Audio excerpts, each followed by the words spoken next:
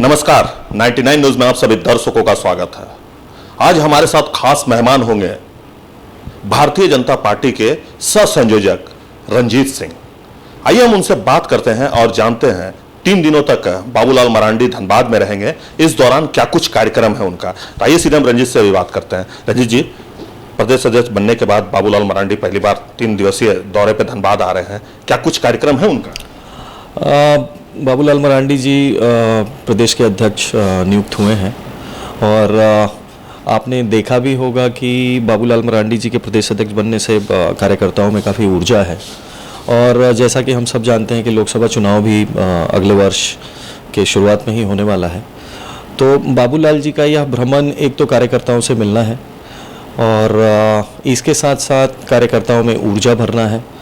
तो जैसा कि आप जानते हैं कि 2 पार्ट में धनबाद जिला डिवाइडेड है, एक धनबाद ग्रामीण है और एक आपका धनबाद महानगर। तो प्रथम 27 और 28 तारीख का जो कार्यक्रम है मोस्टली फोकस्ड है ग्रामीण में, और 29 का और 30 को चूँकि बाबूलाल जी कार्यक्रम करके चले जाएंगे, तो ये 4 दिनों का कार्यक्रम है, 3 दिनों का कह सकते हैं आप। तो कार्यकर्ताओं से मिलना है, विधानसभावार सभाएँ भी करनी है, तो इसी क्रम में बाबूलाल जी आ रहे हैं। आपने बिल्कुल सही कहा कि बाबूलाल मरांडी जी धनबाद आ रहे हैं, 3 दिनों तक वो कार्यकर्ताओं से मिलेंगे। 2024 का मंत्र जो है वो कार्यकर्ताओं के अंदर जोश भरने का काम करेंगे। लेकिन कैसे, क्योंकि सरकार मणिपुर के मुद्दे पर पूरी तरह से घिर चुकी है। विपक्ष जो है, इंडिया जो है, वो लगातार मणिपुर को लेकर सरकार पर हमला कर रही है, तो कैसे इन चीज़ों को मैनेज करेंगे? देखिए, जैसा कि आपने देखा होगा कि अभी लोकसभा और राज्यसभा का सत्र जस्ट 11 तारीख को समाप्त हुआ है। भारतीय जनता पार्टी ने कई बार ये प्रस्ताव दिया विपक्ष को कि इस पर चर्चा करने के लिए पार्टी तैयार है, लेकिन जो हम लोगों ने देखा और हम लोगों ने जो समझा और जो पढ़ा कि विपक्ष केवल हल्ला कर रहा है, चर्चा से भाग रहा है। विपक्ष एक तरफ तो मणिपुर का मुद्दा उठाता है, लेकिन बंगाल के बारे में कुछ नहीं कहता। बंगाल में इतनी सारी घटनाएं हो रही हैं। जब बंगाल की बात आती है तो मुझे नहीं लगता कि हम लोगों ने किसी विपक्ष के द्वारा ये सुना होगा कि हाँ, बंगाल में ये सारी चीज़ें हो रही हैं, या ये मुद्दा किसी ने उठाया होगा। मणिपुर वाला मुद्दा लोग इसलिए उठा रहे हैं क्योंकि भारतीय जनता पार्टी की सरकार है और भारतीय जनता पार्टी के अगेंस्ट में सारी पार्टियां हैं। अभी जैसा आपने कहा, इंडिया का गठन हुआ है। अभी अधीर रंजन जो आपके प्रदेश अध्यक्ष हैं बंगाल के, उनका भी हमने स्टेटमेंट सुना इंडिया को लेके।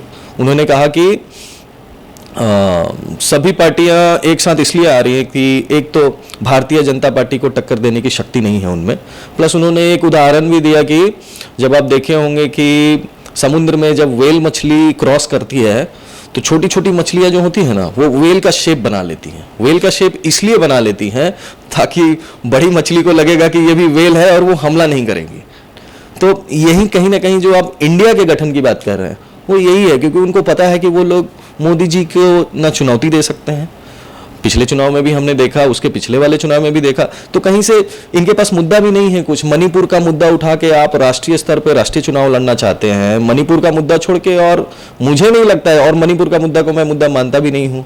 छोटी छोटी घटनाएं, हो सकता है मणिपुर वाली घटना बड़ी है, इस तरह की घटनाएं कई जगह होती रहती है, लेकिन इसमें सीधे सीधे सरकार को दोषी बना देना कि हाँ सरकार दोषी है, सरकार के द्वारा प्रायोजित तो नहीं होती है ना ये सब चीजें। लेकिन जिम्मेवारी तो सरकार की होती है, सरकार की है, जिम्मेवारी बिल्कुल सरकार की है। सरकार कड़े कदम उठाती है, सख्त कदम उठाती है। और जहां तक विपक्ष द्वारा बताया गया कि हाँ मणिपुर का मुद्दा उठाया जा रहा है, लोकसभा को चलने नहीं दिया गया, कई महत्वपूर्ण बिल अंतिम दिन पास हुए हैं, चर्चा से तो सरकार विपक्ष भाग रही है, चर्चा करने को तो तैयार ही नहीं है। ये सब हम लोगों ने देखा है और ये समझ में भी आता है। ये सब बस प्रोपेगेंडा है और एजेंडा है, इससे ज़्यादा कुछ भी नहीं है। चुनाव में मुझे नहीं लगता है कि जब लोकसभा चुनाव आएगा या विधानसभा चुनाव आएगा तो ये सब मुद्दे बहुत ज़्यादा, मुझे नहीं लगता है कि बहुत ज़्यादा धरातल पर रहेंगे। क्योंकि आप व्यापारी प्रकोष्ठ के सह संयोजक हैं, जो व्यापार कर रहे हैं झारखंड में, उन्हें काफ़ी समस्याओं का सामना करना पड़ रहा है। खास करके कुछ अपराधी तत्वों के द्वारा लगातार जो व्यापारी वर्ग हैं उनको थ्रेडिंग दिया जा रहा है, धमकी दिया जा रहा है। तो क्या उन सब बातों से भी आप बाबूलाल मरांडी को अवगत कराएंगे? डेफिनेटली। देखिए, लॉ एंड ऑर्डर की समस्या पूरे स्टेट में है, धनबाद में भी है, और मुझे नहीं लगता है कि बाबूलाल मरांडी जी को बताने की आवश्यकता है। उनके बयान आते रहते हैं। किसी भी प्रदेश के किसी भी कोने में घटना हो तो बाबूलाल जी का बयान आता है उस पे। और जो एक विपक्ष के नाते जो भारतीय जनता पार्टी का काम है, या विपक्ष के नेता बाबूलाल मरांडी जी हैं, अभी प्रदेश के अध्यक्ष भी हैं, तो डेफिनेटली जो भी कंसर्न लोग हैं, या सरकार को जहाँ तक घेरने की बात है, या फिर मान लीजिए कि धनबाद का ही एग्जाम्पल ले ले, तो यहाँ भाई मान लीजिए लॉ एंड ऑर्डर के जो मुखिया हैं अपने, तो उनसे बात करने की ज़रूरत हो, वहाँ जाके अपना धरना प्रदर्शन करने की आवश्यकता हो, या अपनी बातों को रखना हो। चूंकि विपक्ष का काम तो यही है ना कि मान लीजिए जहाँ पे भी समस्या है, वहाँ पे जो लॉ एंड ऑर्डर की अगर समस्या है, तो जाके भाई जो लॉ एंड ऑर्डर जिनके द्वारा जो कंसर्निंग ऑफिसर है, तो उनके समक्ष जाके अपनी बातों को रख सकते हैं। जो सही है वो करना चाहिए, गलत जैसे आपने कहा कि कई सारे व्यापारियों को थ्रेटनिंग मिल रहा है, मैं ये नहीं कहता कि ये घटनाएं अभी हो रही हैं, होती रहती हैं इस तरह की घटनाएं, बट जो एक प्रदेश की सरकार का जो काम है कि इस पे कैसे मतलब कंट्रोल किया जाए, ये बड़ा इम्पॉर्टेंट है। अब पता नहीं प्रदेश के स्तर से क्या डायरेक्शंस हैं और किस तरह से कार्रवाई की जा रही है, ये अब बेहतर आप लोग जानते हैं और हम लोग भी देख रहे हैं। रंजीत जी, मेरा अंतिम सवाल आपसे है, क्योंकि धनबाद बीजेपी की बात करें तो गुटबाजी जो है वो साफ झलक रहा है, चाहे वो ग्रामीण क्षेत्र में हो, चाहे वो शहरी क्षेत्र में हो, हर जगह गुटबाजी है। तो बाबूलाल मरांडी आ रहे हैं तो सभी को एक मंच पे ला सके, तो इसके लिए क्या कुछ पार्टी की तरफ से किया जा रहा है? पता नहीं ये खबर आपको कहाँ से मिली है गुटबाजी वाली, मुझे तो ऐसा कहीं नहीं दिखाई देता है। मेरा घर महानगर में है और मेरा होटल ग्रामीण में है, तो मैं ग्रामीण के जिला अध्यक्ष जी से भी हमारी बात होती है और महानगर के भी जो अध्यक्ष हैं उनसे भी मेरी बात होती है। छोटी छोटी समस्याएं हो सकता है कि होती हों, लेकिन बड़े स्तर पे इसका बहुत ज़्यादा प्रभाव जब चुनाव का समय आएगा ना, तो आपको यही लोग सब एक प्लेटफॉर्म पे दिखने लगेंगे।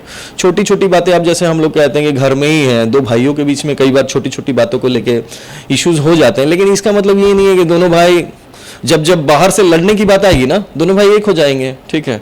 तो बाबूलाल मरांडी चूंकि पार्टी के बड़े सीनियर नेता हैं और बाबूलाल मरांडी जी यहाँ पे आ रहे हैं, तो हम जो सारे लोग हैं, महानगर के हों या ग्रामीण के हों, हम सब लोग उनकी बातों का आदर करेंगे और उनका जो भी मार्गदर्शन मिलेगा उसका अनुपालन करेंगे। चलिए, बहुत बहुत धन्यवाद। तो अभी के लिए बस इतना ही। हमारे सहयोगी राजेश और हमें दीजिए इजाजत। आप देखते रहिए 99 न्यूज। अपना बहुत ख्याल रखिए। नमस्कार। ब्लिंकर्स द ऑप्टिकल स्टूडियो और ब्लिंकर्स द सनग्लास स्टूडियो अब आपके शहर धनबाद के प्रभातम मॉल में। यहाँ आपको बर्बेरी, प्राडा, माइकल कॉस, मॉजिव, Vogue, Emporio Armani, Rayban, Mont Blanc, Oakley जैसे और भी कई इंटरनेशनल ब्रांड के चश्मे और सनग्लासेस मिलेंगे। यहाँ ऑप्टोमेट्रिस्ट के द्वारा फ्री आई टेस्टिंग की सुविधा भी उपलब्ध है। यहाँ doctor Anil Kumar Barnwal, eye specialist, शनिवार रविवार अपॉइंटमेंट के द्वारा उपलब्ध है। आए और स्टोर विजिट करके अभी चल रहे मॉनसून ऑफर्स का लाभ उठाइए।